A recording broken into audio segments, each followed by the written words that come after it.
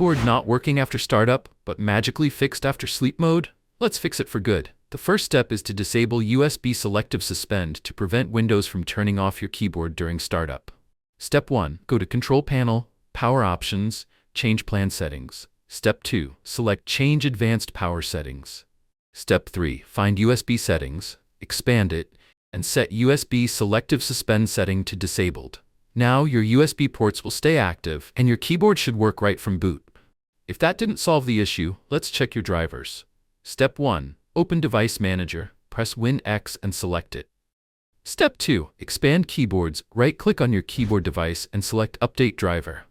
If updating doesn't work, try uninstalling the driver and restarting your PC. Windows will automatically reinstall it. Let's disable Fast Startup, which sometimes causes conflicts with devices. Step 1. Go to Control Panel, Power Options, choose what the power buttons do. Step 2. Click on Change Settings that are currently unavailable. Step 3. Uncheck Turn on Fast Startup and save. This will ensure your keyboard loads properly each time you start your PC. If none of the above work, let's check your BIOS UEFI settings. Step 1. Restart your PC and press the required key, usually F2, Del or S key, to enter BIOS. Step 2. Look for USB configuration or legacy USB support and make sure they're enabled. Step 3. Save and exit. Your keyboard should now work after the reboot. That's it.